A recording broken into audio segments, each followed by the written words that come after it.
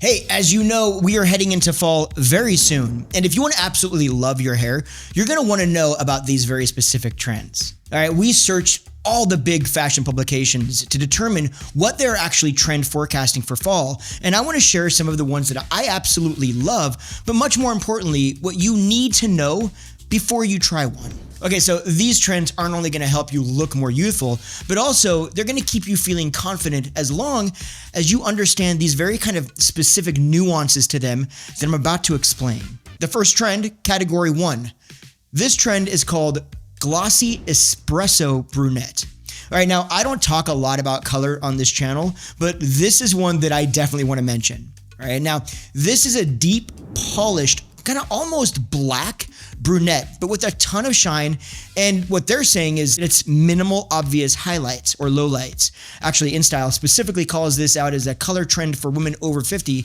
And Marie Claire says espresso brunette is dominating the 2026 runways. Technically, I love this idea, okay? I really do. But I mildly disagree with the whole minimal highlight or lowlight part. If you look at some of the reference photos for this specific trend, I think they went a little too dark and a little too monotone. Now, if you look at this photo or this photo, I feel like these specifically are a little bit too dark, okay? But this photo, I actually really like.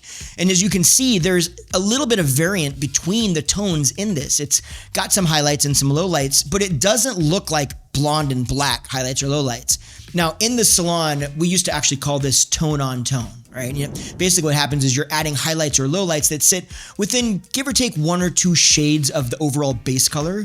So you're gonna get the movement and the dimension without it reading as like heavily colored or flat and all over one color. Now, that's really important because natural hair color never actually sits at one solid shade. It's always kind of a bunch of very similar subtle variations. That's literally what makes it look so natural. To me, this is more of the direction you head to give your hair that movement and that natural feeling, but still get the benefit of this darker color. Now, as far as my take goes on how dark you should actually go with this, I would say that you want it dark enough to have that rich, natural feel, but not so dark that it starts to wash out your skin tone, which is very much a concern here. Truly black hair works if that was your natural color, but even then, as we age, it can become a little bit more unforgiving. So we want to be mindful about going that dark. Now, another bonus to this trend, though, is that dark hair reflects light differently than, say, blonde hair or lighter hair. And that's part of the reason that it kind of reads as being shinier and therefore healthier. So if the overall goal is to feel more youthful and have your hair look more youthful, then to me, this going a little bit darker is actually a really good place to start. There are definitely a couple things that you want to watch for though. So one of those things is that if your natural hair is quite gray, right, or it's just much lighter than this generally, your regrowth is gonna show real quick. So you better be ready for a little bit of maintenance. Also, depending on your hair's condition, this color can fade a little bit quicker than you might expect. Also, more potential maintenance. And then another thing that I actually never hear people mentioning, but this is so vital.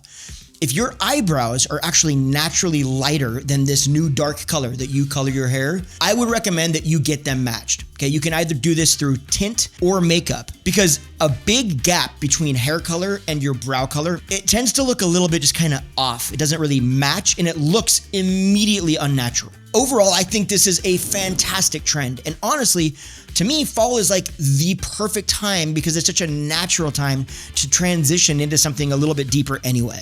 So yeah, rock with it. Do the espresso brown bean, whatever the heck this stupid thing is called. Dark brown, do that. Okay, category 2 is, and wait for it, the blunt bob. If you spent any of your time around this channel, then you're probably already laughing. I promise, all right? I'm not biased just because I've done about 10,000 of these styles. But a lot of publications are saying this is a popular trend heading into fall. Right? And I personally love them. Now, this specific bob is a bob built around strong, solid perimeters instead of heavily layered or like these kind of thinned out or feathered ends, if you will. Now, Harper's Bazaar specifically says that the blunt bob is especially effective for mature hair. And Marie Claire's entire Paris Fashion Week report was basically everything's about bobs right now. I feel like this is a recap of like 2024, 25. As I said, and as you probably know, I've always loved a good bob. I think half of you honestly assume that it's kind of like the only haircut that I know how to do. It's not. But I do love what's happening right now with this, right? Moving toward a more blunt bottom line instead of an overly layered one, it makes the hair read as denser. It looks thicker, right? And that's a huge thing for anyone that's dealing with thinning hair or a fine, low density amount of hair. It's really important for bob shape specifically. Now, the articles are pushing shorter and shorter bobs, some even approaching micro bob length, which is like above the chin short. But my honest opinion is that you need to ignore the specific length thing, okay? What's important is the shape, a less dramatically layered bottom line or perimeter. That's the takeaway. Okay, but also to be clear that this is not about no layers, okay? This is about not overly layering the bottom. That's the difference. You still absolutely want layers because you're going to need them for movement, and you're also going to need them for texture, and honestly, even to help fine hair look more dense. You just don't want to have so much layering that bottom line, again, feels kind of like too thin, or that just looks thin in general. I have said this 1,000 times, and I will die on this hill. The bob will never go out of style. There has always been, and there always will be, a version of a bob that is current. Now, here's something that's super important that no one is going to tell you, but you absolutely need to understand. Bob haircuts are actually one of the most technically challenging cuts to execute well. Okay, so please do not hand this cut to just anybody. You need to find a stylist that either specializes in bobs or at minimum does a high volume of them. A way that you can do this is either searching through Instagram to find people that do them around your area and then looking at their work and determining if you feel that it's good, or as far as calling the salon that you're wanting to go to and just flat out ask them, do you have any senior stylists or stylists that do a lot of bob hairstyles or that maybe specialize in bobs? If you can find somebody like that, it'll make your bob experience like 3 billion times better. Okay, this one's actually kind of funny. Follow me. The next category is soft face framing fringe. Literally, when you read this, it's like, I feel like it's almost all of the fringes. Like sometimes I feel like they just put trends out to just be like, oh, I need to do something, so I'm just going to throw these trends out. When they label what the trend is, you're like, dude, you called it soft face framing fringe, but you literally named every kind of fringe or bang there possibly is. So what they're saying is simple. Bangs are back for fall, full stop. Now that's very broadly speaking, but the version that I love about this that I think actually works best for mature hair is softer bangs, like curtain or A-line fringe that opens up around the eyes and the cheekbones, so it's not so harsh and closing. Now I found this to be kind of the strongest argument on this list, period, meaning that the most publications that we checked all agreed on the idea of fringe, okay? And so I love the idea, but I definitely believe that there's a couple of caveats to simply just saying fringe is back or bangs is back. I feel like I have to interchange those words for the across the pond in the US audiences, so I'm trying to go back and forth. I apologize, but you get it. So here's the thing. Bangs do a lot, in my opinion, of the kind of heavy lifting for looking more youthful. They do a really good job of framing the eyes. They add density right at the hairline, which is generally where it's most important. And they do a really good job of hiding any forehead lines that are starting to show up. Those. Maybe I need bangs. Look, the way I see it is 3 birds, 1 bang. No, that was terrible. That did not work. Okay, so if you look at these reference images, right, these bangs, to me, the bangs are a little bit too long in the mid-center of there. But I do like the length on the sides. But if we shorten that centerpiece just slightly, to me, it completely fixes the issue, especially if you're going to be wearing glasses, which many of us do. Now, this other photo, these bangs are shorter and softer in the center, and to me, that's a much better representation of what I think bangs should be moving into fall. In my opinion, you want to actually see the forehead through the bang, not close the face off completely. When we close the face off too much, it tends to make our face look very full, and oftentimes, as we age specifically, things are starting to kind of be a little bit heavier anyway. So in those scenarios, we want to open up the face a little bit to add a little bit more length. Opening the face up, even with so you can see some forehead through, now that adds a little bit more length, but it's still drawing more attention to our eyes, cheekbones, and covering the forehead to help minimize some of those wrinkles. It's giving us all the benefits with none of the cons, versus a heavy bang that can give us some of the benefits, but comes with a whole bag of cons with it. Did that make sense? I feel like that should have nailed it. Okay, one thing, before you run to your stylist and get bangs, is you need to know about your head shape. something that people, again, don't talk about. Your head shape is going to determine how much of your actually hair falls forward like a bang. If you try to force hair forward that doesn't naturally fall that way, and then you cut it like a bang anyway, you're going to end up with really short layers on top instead of a fuller bang. So what you want to do is make sure that you've got the hair that you'll actually need to get you the overall look that you're trying to achieve. And do this before you commit to cutting bangs. You'll thank me later, I promise you. Category 4, the side part. Yes, we're finally moving away from this center part era, and I'm here for it. Okay, it's not that I don't like center parts. I just think that they have some concerns. And I don't think a lot of, if I'm honest, stylists make clients aware of those potential concerns. So I will. Here we go. The fact of the matter is, they're just not for everyone. And on the wrong face shape, they're just wrong. InStyle notes it specifically gives fine or thin hair an immediate volume boost. I can agree with that, all right? And I'm actually here for that, and I do believe that they're not wrong, but a side part creates volume on the top, okay? And this helps offset the fullness on the sides. Even if you don't touch the actual volume on the sides, it's still gonna make the top look like it's got more volume because it does, and therefore make the sides look like they have less volume. Side parts also do a great job of masking facial asymmetry, where on the other hand, a center part actually tends to accentuate that, and that's not always what you want. People typically want to have symmetry in their face, so we don't want to show or exaggerate the asymmetry that 99.9% of us all have. Now, said some great things about side part, but with all that said, there is one caution. I personally don't like when we take the part too far to the side, like this photo, okay?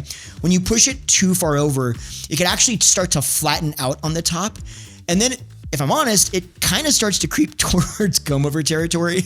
Let's be honest, ain't no one got time for that. Ain't nobody got time for that. Nobody looks at a comb-over and goes, I like that comb-over. I say this, although I probably could use a comb-over myself, so we'll just ignore that. Another thing to pay attention to with side parts in general is that if you've got thinning hair at the temples, don't place the part directly at the temple. Move it slightly more towards the center so you've got hair on both sides that can help create the illusion of density on those sides instead of highlighting a thin spot. And there's one more thing that it's small, but I think it makes a real difference. And it's that there's nothing wrong with switching your part from day to day, okay? The side that you part your hair on, or switching it week to week. To be honest, it generally helps to create a little bit more consistent root lift on the top, and that is not a bad thing. So don't be scared. Flip it back and forth. Get your hair used to doing that. Okay, category number 5, voluminous blowouts. Honestly, as much as I kind of on one hand don't want to say this is kind of my favorite, I think. You'll understand why in a second. But this is basically a kind of 90s supermodel style blowout, okay? Just think big, soft volume at the crown, rounded movement through the ends. Just, you're basically getting a lot of volume and bend and movement, but you're not moving into that overly contrived stiff look. Elle Magazine, Harper's Bazaar, New Beauty, Glamour, Vogue, like literally all of them agree on this one being a huge trend going into fall. I actually love these styles. To me, they're elegant, they're timeless, they're full of softness and movement, and they always have this kind of polished look. Now, the key to get this look is that you're going to use a round brush or large curlers, but the size here is a really big deal. You want big sweeping waves, not tight little curls at the ends. Think like 2-inch, well, we talk about in inches, but extra large is what you're looking for. Something big, especially if your hair is longer, like to the collarbone or longer, you want it bigger than you think. Now, the reason that I think I've kind of been drawn to this look, and part of the reason I maybe don't want to mention it, this is a little bit of a full circle moment for me. This is a throwback to the 90s, which is also when I started doing hair. So I might be a little bit biased simply because of the nostalgia of these looks. But also, like the bob, the style never fully leaves, right? It just cycles back around and new versions of it keep on coming out, but it's always been here and it always will be here. Now with this, you definitely do want to keep in mind that your hair is likely going to need some layering to really create this shape and to create the movement that's necessary to really create this shape. Without layers, it's gonna quickly fall flat, okay? Like this photo right here, the one that they actually called power suit hair. Yeah.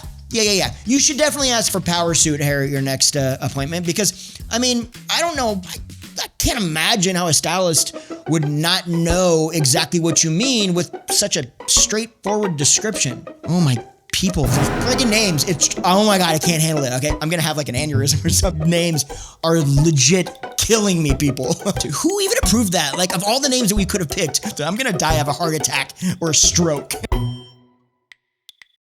I love the look, okay? But to me, and this is an opinion, I think this kind of works best with a side part rather than a center part, because the bend and the curls at the bottom naturally is going to create fullness around that area. And a center part pulls that volume away from the top, which just exaggerates the fullness on the sides when it can make the top look a lot less full or a lot more flat. And this, again, is gonna do a lot to add more fullness to the face. So to me, shifting that part a little bit to one side or the other creates that little bit of volume on the top that offsets some of that volume you're naturally going to get on the sides and gives it just a more flattering look. My opinion, but I just wanted to share it. So now you have it.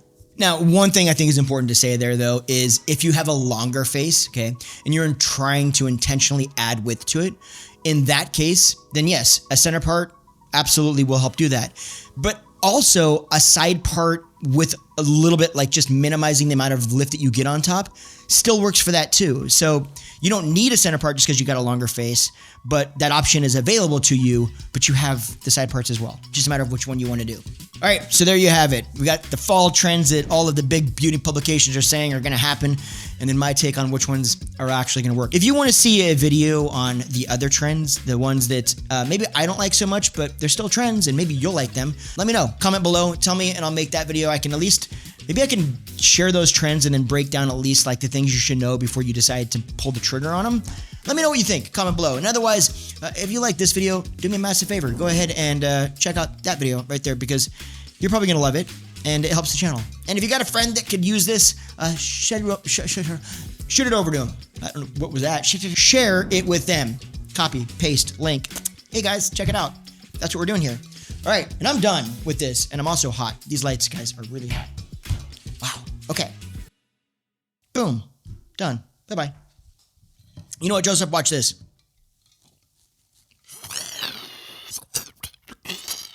Is that like ASMR?